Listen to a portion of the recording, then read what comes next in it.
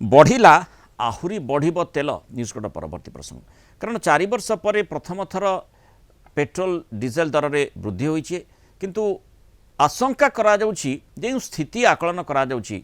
आग को यह आहुरी बढ़ी पारे जेतेबेले आम पेट्रोल डीजेल को नहीं संकटजनक स्थितिर मुकाबला करुछे इस समय रे प्रथम पर्यायर देखा पूरा देश में 3 टंका पेट्रोल डीजेल बढ़ी धीरे धीरे 11 टंका पर्यंत पेट्रोल आउ डीजेल दर बढ़ी पारे जहाँ आम 3-4 टंका भितर वर्तमान देखुछु एभली कि पर्यायक्रमे 20 ରୁ 25 टंका पर्यंत वृद्धि पाइपारे बोली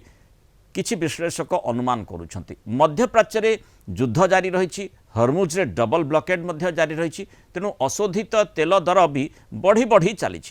गला 2 मास भितर भारतर तैल मार्केटिंग कंपनी गुड़िक प्रत्येक दिन प्राय 1000 कोटी टंका हराउछंती बोली कहउछंती किंतु पेट्रोल पंप रे मूल्य स्थिर रही आउ ए क्षति को अधिक समय धरी रखिबा संभवपर नुहे जहाँफल तैल दर वृद्धि होइथिबा जुक्ति दर्शा जाइछि। एबे 3-4 टंका वृद्धि केवल आरंभ मात्र धीरे धीरे पर्यायक्रमे यह आहुरी मध्य बढ़ी जाई पारे जार मात्रा 20 ରୁ 25 टंका होई पारे बोली आकलन करा जाउछि। ता पछरे कोन सत्यता एवं अर्थनैतिक दृष्टिकोण ताकू किभଳି भाबरे देखा जिबा आम सहित चार्टर्ड अकाउंटेंट विधुभूषण नायक जोड़ी अधिक आलोचना करबा। विधु स्वागत करबा आलोचना को जो आशंकाटी करा जाउछि वर्तमान स्थिति को जदि आम नजर रखिबा कारण जहाँ जदिओ चीन गस्तरे ट्रंप जाइथिले एवं सेठी आलोचना कले गोटे माने सकारात्मक आलोचना कथाटी कहगला हरमुज संपर्क भी आलोचना करागला किंतु वर्तमान जो ब्लॉकेड सेठी जारी रही से ब्लॉकेड जारी रही अर्थात जो भली व्यावसायिक श्रृंखला रहिबा कथा ताहा ठीक होई पारु नाही। एपटे प्रधानमंत्री मध्य यूएई गस्त करिसंती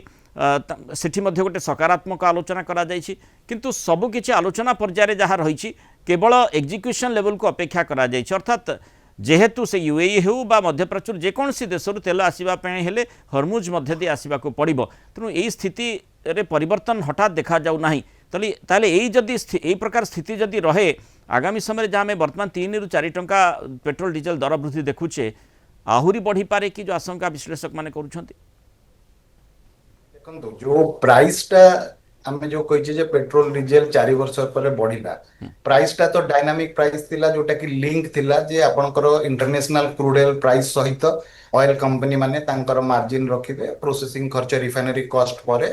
तापर एक्साइज ड्यूटी भेट परे आम पाखरे प्राइस आसु डायनामिक कथा जहा को जाय साधारणतः बढ़िबा समय रे को जाय कमीबा बेले केबे आमे देखिने कमीची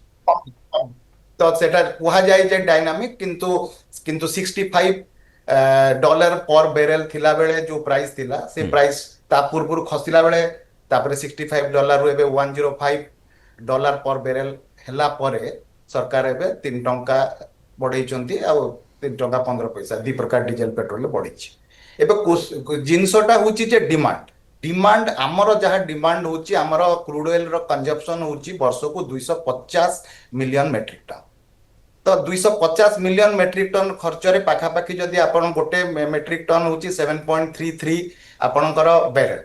ताहले ए जो कंजप्शन होची पर डे रे हमर पाखापाखी 5.33 बैरल खर्च होची तो ए कंजप्शन टाकू 88% आमे इंपोर्ट करछे तेनो आम पाखरे जो स्ट्रेटेजिक रिजर्व अछि जो स्ट्रेटेजिक रिजर्व करा हेची जो कैपेसिटी स्टोरेज अछि सेटा होची मात्र 5.33 मिलियन टन रो स्टोरेज कैपेसिटी अछि सेही कैपेसिटी टा होची हमर जति की इंपोर्ट होची से इंपोर्ट रो मात्र 9.5 डेज 9.5 डेज पई इंपोर्ट रो स्टोरेज अछि एवं स्टोरेज रो 64% पाखापाखी 3.39 मेट्रिक टन रो आमे कैपेसिटी को रिजर्व रे रखिचे तेणु एटा कहूँ जे 90 डेज पर्यंत आमे इंटरनेशनल एनर्जी रो जो पॉलिसी अच्छी से कहुई जे आईए रो जे आपण 90 डेज पर्यंत से रेकमेंड करूची किंतु आम पाखरे गोटे हला स्ट्रेटेजिक रिजर्व जोटा आमे अंडरग्राउंड रे रखाइची 3-3टा स्टेट रे बनिची 5.33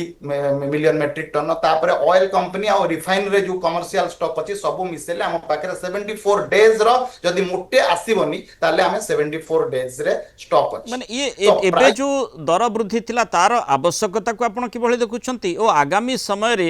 दर वृद्धि जहाँ आशंका करा जाउछि अधिक मात्रा रे दर वृद्धि पेट्रोल डीजेल रो होई पारे ताकू तार माने ता आशंका टी केमती आपण करूछंती ଯେତେବେଳେ ଷ୍ଟୋରେଜ କମ ଅଛି ତ ଆମେ ନିଶ୍ଚିତ ଭାବରେ କିଣିଲେ ହିଁ ୟୁଜ କରିବା। ମୁଁ ଯଦି ଅଳ୍ପ ଦାମରେ ଆଗରୁ କିଣିଛି ମୋ ପାଖରେ ଷ୍ଟୋରେଜ ଅଛି ମୁଁ 30 ଦିନ 35 ଦିନ 3 ମାସ 4 ମାସ ଯେହେତୁ ମାତ୍ର 74 ଡେଜ ର ଷ୍ଟକ୍ ଅଛି ଏବଂ ଲଜିଷ୍ଟିକ ରେ ଆସିବା ପାଇଁ ଡିଲେ ହଉଛି ଯୋଉଟା ହରମୋଜ କଥା ହଉ ଏବଂ ଅନ୍ୟ ଆମେ ଯଦି ଅଦର ଜାଗାରୁ କିଣିବା କଥା ହଉଛି ବିକଜ ଅଫ ଦି ଏ ଯୋଉ ୱେଷ୍ଟ ଏସିଆ ରେ ଯୋଉ ଅନସର୍ଟେନିଟି ଅଛି ତା ପାଇଁ ଯୋଉ ଆସି ପାରୁନି ନ ଆସି ସାରିଲା ପରେ ଇଭେନ ଇଫ ଆମେ ସେଇ ରେଟ ରେ କିଣିବା ପାଇଁ ଚାହୁଁଛେ ଲିଡ ଟାଇମ ଟା ବହୁତ ଅଧିକା ହଉଛି ତେଣୁ ତେଣୁ ବାଧ୍ୟରେ ଏବେ ବଢ଼ିବାର ତ ଆଶଙ୍କା ବଢ଼ୁଛି କି? ନିଶ୍ଚିତ ଭାବରେ ବଢିବ ଯଦି ଏଇ ଯୋଉ ଚାଇନା ଆଣ୍ଡ ୟୁଏସଏ କଥା କହିଲେ ଏବଂ ଏବଂ ଏ ଯୋଉ ଆପଣଙ୍କର ଯୋଉ ଆମର ଯୋଉ ଫରେନ ମିନିଷ୍ଟର ମାନଙ୍କର ମିଟିଂ ହେଇଥିଲା ଯୋଉ ଯୋଉଥିରେ କି ବ୍ରିକ୍ସରେ ଇରାନର ଫରେନ ମିନିଷ୍ଟର ଏବଂ ହଁ ସେଇ ମିଟିଂ ର ଯାହା ନିଷ୍କର୍ଷ ବାହାରୁଛି ତ ଏଟା ଗୋଟେ ଆଟେମ୍ପ୍ଟ ହଉଛି ଯେ କେମିତି ସେମାନେ ଜିନିଷଟାକୁ ରିଜଲ୍ଭ କରିବେ ଯଦି ଏଇ ଯୋଉ ଆମର ଆପଣଙ୍କର ଯଦି ଆମେ ଡିପ୍ଲୋମାଟିକ ରିଜଲ୍ୟୁସନ ଅଫ ଦି ଇସ୍ୟୁଟା ଯଦି ଆଉ ଟିକେ ପ୍ରୋଲଙ୍ଗଡ ହବ ଯେତେ ପ୍ରୋଲଙ୍ଗଡ ହବ ଆମର ସେତିକି ଆମର ତେଣୁ ହିଟ୍ ଚାପ ହଉଛି ମଧ୍ୟ ରିଜର୍ଭ ବଢ଼ିବ, ଚାପ ବଢ଼ିବା ସହିତ ଯେହେତୁ ଡିମାଣ୍ଡ ମଧ୍ୟ ବଢ଼ି ବଢ଼ି ଚାଲିଛି ସ୍ୱାଭାବିକ ଭାବରେ ଦର ବୃଦ୍ଧିର ସମ୍ଭାବନା ଅଧିକ ରହୁଛି ବୋଲି ବିଶ୍ଳେଷକମାନେ ମତ ଦେଉଛନ୍ତି। ଧନ୍ୟବାଦ ଶ୍ରୀଯୁକ୍ତ ବିଧୁଭୂଷଣ ନାୟକ ଆଲୋଚନା ରହିଥିବାରୁ ମତାମତ ରଖିଥିବାରୁ।